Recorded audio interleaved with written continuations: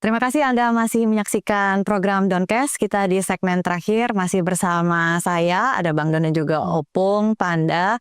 Opung, kalau misalnya pertemuan Bu Mega dengan Pak Prabowo ini bisa terjadi sebelum Kongres, kan artinya nanti konsolidasi partai akan lebih mulus. Iya. Iya nggak ya? Iya dong, betul. Artinya ada beberapa varian yang menjadi ganjalan itu harus disingkirkan. Mungkin bukan varian, tetapi sekarang ada nggak kerja partai, misalnya pasti kan mengundang Pak Prabowo kan, Ya. untuk Kongres kan, dan di situ mungkin juga akan ada pertemuan pribadi di antara mereka berdua kan Bang. Kira-kira ada gambaran seperti itu nggak? Kalau Abang lihat di dalam. Malah saya pikir lebih maju dari situ. Artinya jauh sebelum Kongres mereka dua udah bisa ketemu di Teguh Umar, atau mereka ketemu di Kartanegara atau apa gitu loh. Jadi gini, kembali lagi ya, bukan saya subjektif atau kemudian saya fanatik terhadap sesuatu hubungan. Aku tidak melihat 1 milimeter pun di antara mereka berdua. Gitu loh. Gak ada. Dulu sempat kan dimanipulasi. 1 milimeter pun jaraknya nggak ada. Kenapa? Dulu sempat dimanipulasi bahwa dulu ada perjanjian batu tulis bahwa kemudian the next election nanti Prabowo yang jadi ini. Iya. Dikhianati gitu kan. Yang sebenarnya siapa? Di pihak Gerindra Fadlizon, di pihak kita siapa? Prabowo. Poin yang terakhir itu memang diusulkan itu. Tapi kemudian Mega nggak setuju. Itu ceritanya Pramono ke saya. Jadi nggak diteken itu. Dibikinlah jadi bola liar itu gitu loh. Iya. Seakan-akan dikhianati. Kalau aku, siapa juga tahu betul Pak Prabowo. Maka nggak punya dampak. Digoreng dulu. Iya, digoreng keluar. Artinya kita pun sudah melalui hal-hal yang begitu. Oh, jadi sebenarnya nggak ada yang sakit hati ya? Iya. Maka itu saya bukan menghibur-hibur diri. Saya bukan karena kebetulan dia presiden sekarang, enggak. Aku melihat di antara mereka berdua nggak ada. Hubungannya itu honest ya. Iya. Cuma memang bagaimanapun faktor yang dibuat Jokowi ini punya pengaruh besar. Gitu loh. Iya, punya pengaruh besar sampai sekarang. Iya kan? Jadi kalau pengaruh besar itu untuk Ibu Mega atau untuk Pak Prabowo? Ya untuk dua-duanya lah. Dua-duanya ya. Iya kan? Jadi kalau dibilang ada lobby-lobby politik antara inner circle-nya Ibu Mega dengan inner circle-nya Pak Prabowo. Nah, kira-kira bagaimana memuluskan hubungan kedua tokoh besar ini? Gak tahu, aku sampai sekarang sendiri aku belum tahu proporsi ininya. Apapun ceritanya, faktor yang si Gibran Wapres ini, itu juga punya cerita tersendiri sama kita. Apapun. Loh, dia kan viral ngomongnya. Jejak digitalnya ini kan belum dihapus. Janji setia pada PDIP. Bukan janji setia, pilih Ganjar. Betul. Kita nonton juga Pak. Sebelum itu juga janji setia. Iya kan? Terus diapakan begitu aja. Diingkari begitu aja. Dan emang dengan partai apa kau berunding? Dengan partai mana kau ini? Bukan partai Kortaci ini. Gampang kau bohongin gitu loh. Nah yang kayak gini-gini juga harus. Di sini nanti kita lihat indikasi dari Jokowi. Dia protek anaknya berkelebihan. Atau dia ya sudahlah udah begini. Terserah Prabowo. Macam-macam kemungkinan. Tapi buat kita itu juga apapun ceritanya juga berpengaruh. Bukan karena wapresnya. Bukan karena wapresnya loh. Iya. Dia bikin seluruh orang ingat pemilu pilihlah Ganjar. Ada viralnya. Dan kemudian dia ngomong sama Watubun, Komarudin Watubun sama Hasto di DPP, saya tetap setia. Dan saya tidak ada mau bergabung dengan Prabowo. Dia ngomongin itu. Nah itu cabut dong. Tip X dong. Itu kan jadi bom waktu. Nah Mega juga, itu juga faktor-faktor juga nggak membuat terlampau ke susu, terlampau ke buru Mega. Artinya Prabowo juga ngerti secara kebatinan itu. Tapi yang penting bagaimana hal ini, Prabowo sudah jadi presiden, ya kan?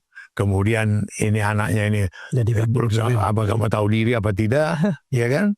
Ini jadi masalah tersendiri. Nah kita nggak mau mencampuri lebih jauh lagi di mereka gitu loh. Bang, sejatinya politisi itu kan punya dua kerongkongan Bang. Iya. Satu untuk mengatakan yang benar, satu untuk mengatakan kebohong. Aku baru dengar.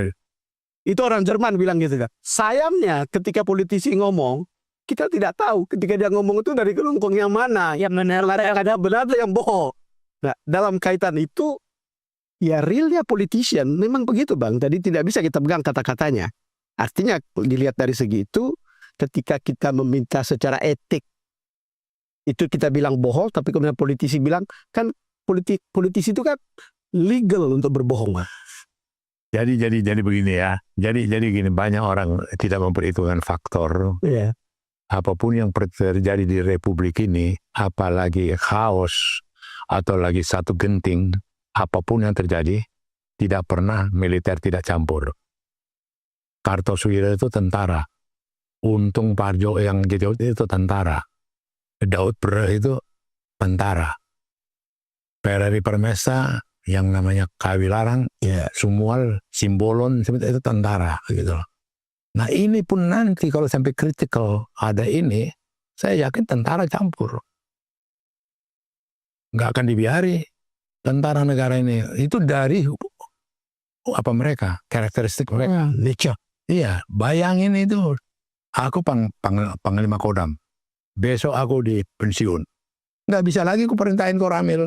Nggak bisa lagi aku campuri Kodim. Total itu karakter. Maka itu tidak ada warlord seperti Thailand.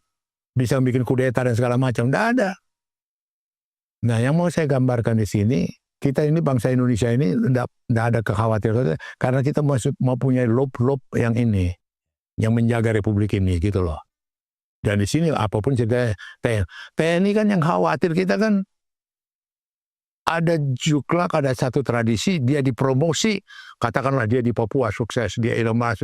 Ini enggak, dia sukses karena jaga Jokowi, pernah tugas di Bogor, pernah juga, ini gila mah gitu. Dan itu terjadi. Enggak, padahal tradisi, wah dia di Kalimantan dulu, dia di Sulawesi, wah dia di pedalaman Papua sebagai panglima. Kodam, dia ini. Dirusak. Jadi ada temanku si Iwan Bule. Iwan Bule itu ya sekarang dia waktu dulu kali Propam, dia cerita ke aku. Tito junior dia menjadi Kapolri. Tito itu mau nyuruh nugasin dia ke Padang aja setengah jam. Aku cerita dulu ini hubungan keluarga, Loh ini Iwan Bule cerita sama aku. Aduh, Bang Pandang gitu kan. Padahal sampai 2 menit, 3 menit. Besok perintah Padang ya gitu. Oh putar-putar dulu. Itu tiga angkatan. Jadi sisihnya 5 angkatan. Gitu loh. Iya. Dampaknya ini nggak mudah. Bang Pada dengar cerita, saya juga mendengar Bang ceritanya yang kayak begini. Betul, di luar sana banyak. Itu jadi bukan saya mendramatisir atau apa yang nggak mudah yang ditinggalkan itu. Jadi apa yang dilakukan dia sekarang, coba kalau dia terus terang dengan Mega, aku pengen Gibran mau jadi ini, ceritakan lain. Kalau bisa seperti itu drama-drama ceritakan lain. Mungkin tidak Mahfud, anaknya aja sama dengan Mega bagaimana menyetujui dulu wali kota sama di Medan sama di ini gitu. Dan dia record dia kepada Mega tidak pernah dibantah Mega. Nggak pernah. Artinya empirik ya, yang nyata gitu. Jadi semua itu membuat begitu patah arang ya kah Bang Skapesaran? Apanya? Hubungan antara Pak Jokowi dengan Ibu Mega. Dan mungkin apakah akan ada sesuatu di Kongres ini tentang hubungan ini? Nggak dihitung lagi lah. Udah dianggap mimpi buruk aja. Ya dong. Kartu tanda anggota juga sudah dicabut ya. Itu kan hukuman yang paling berat itu. Hukuman ke tukang copet itu gitu loh. Dipecat itu loh. Sebagai mimpi buruk. Iya. Itu kalau dipecat itu hukuman yang paling kasar itu. Jadi sama sekali tidak ada pintu untuk rekonsiliasi ya Penges? Apanya mau rekonsiliasi? Ya dilihat dong. Mau rekonsiliasi apa? Bukankah semuanya balik lagi ke kepentingan, Opung? Bukan artinya rekonsiliasi ya apa. Gini ya. Ini sangat manusiawi. Gimana sih perasaanmu dibohongi? Saya setia kepada Ibu, tegak lurus. Saya tidak dengan Prabowo. Saya tidak. Nyatanya enggak. Tahu pidato di Stadion Gelora Bung Karno? Siapa? Jokowi. dipilihlah yang berkerut, yang rambutnya putih. Ya presiden. Iya, saya ingat. Saya udah bilang bahwa kerongkongan politik Dan bukankah legal untuk berbohong? Tadi yang Bang Don juga sebutkan. Ya tapi kampungan gitu loh. Kasar ya? Kasar gitu loh. Nah terus gimana? Ya Mega ya begitulah nasib kita. Ya kita apalah. Ya enggak. kan ini kan sudah masa lalu Bang. Masa lalu. Loh, enggak bisa kita katakan dampaknya sampai sekarang masih Ya, saya berpikir soal masa depan yang paling dekat itu adalah sekarang begini. Kita lihat masa lalu atau lebih baik menjaga hubungan dengan Pak Prabowo ke depan yang kalau nyambung ke ceritamu tadi, ini masa lalu, ini masa depan ini saya optimis karena hubungan mereka berdua ini nggak ada masalah. Oke, kita Kuncinya di situ. Ya. baik. Kalau ada di antara mereka barrier psikologis, ada dendam apa itu, khawatir aku. ya. Tapi nggak ada gimana? Jadi di dalam PDIP sendiri semua optimistik tentang itu. Iya. Baik. Lihat dia gegap gempita Mega waktu dia apa di HUT itu. Ya kan, terima kasih. Iya, Bro. oke. Itu lugas. Iya. Kita akan tunggu. Yang disembunyikan. Iya, itu ya. Kita tunggu sama-sama Bang Don, Opung, apakah Mega Pro Jilid 2 akan terjadi? Istilah Nah, pro ya, Mega Pro itu jangan salah. Jangan. Mega Pro itu ada satu peristiwa yang PDI tersumbat. Oh, Maka bekerja sama lah dengan P3 waktu itu. Sampai nggak ikut pemilu, sampai segala macam gitu. Jadi memang untuk diapakan Mega Pro Jilid 2 katanya enggak sampai ke situ. baik, kita akan lihat sama-sama ya bagaimana hubungan antara Megawati dan... saya nostalgia ketemu dengan Bang Panda.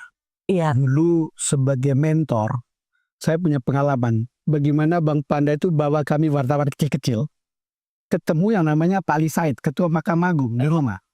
Kita duduk di depan, Bang Panda langsung masuk dapur. Gua pikir bisa nggak nanti pada satu saat ketika saya jadi wartawan senior, seperti Bang Panda masuk ke dapurnya Ketua Mahkamah Agung, ada Ibu Ali Said. sekarang Bang Don bukannya duduk sama-sama dengan Presiden? Ya, saya setiap kali duduk dengan pejabat kayak gitu saya ingat Bang Panda. Ah, itu acuannya, Opung. Terima kasih. Opung sempat kepikir nggak kalau anak didik, anak buah Opung ini bisa menjadi pemimpin redaksi, pemimpin di beberapa stasiun media televisi nasional? Ini aja aku kecolongan. Kenapa? Iya ngajak gua dong. Baik, sekali lagi kita harus paham kalau dalam politik itu tidak ada kawan atau lawan yang abadi ya. Yang ada hanyalah kepentingan, entah itu untuk urusan pribadi atau benar-benar murni demi kepentingan publik. Terima kasih Opung, Panda, Nababan sudah berbagi. Pemirsa, episode Doncast kali ini kita akhiri di sini. Terima kasih atas kebersamaan Anda. Saya Desmana Chandra. Dan saya Don Bosco Selamat. Kita jumpa lagi di episode selanjutnya. Bang, terima kasih Bang. Yes.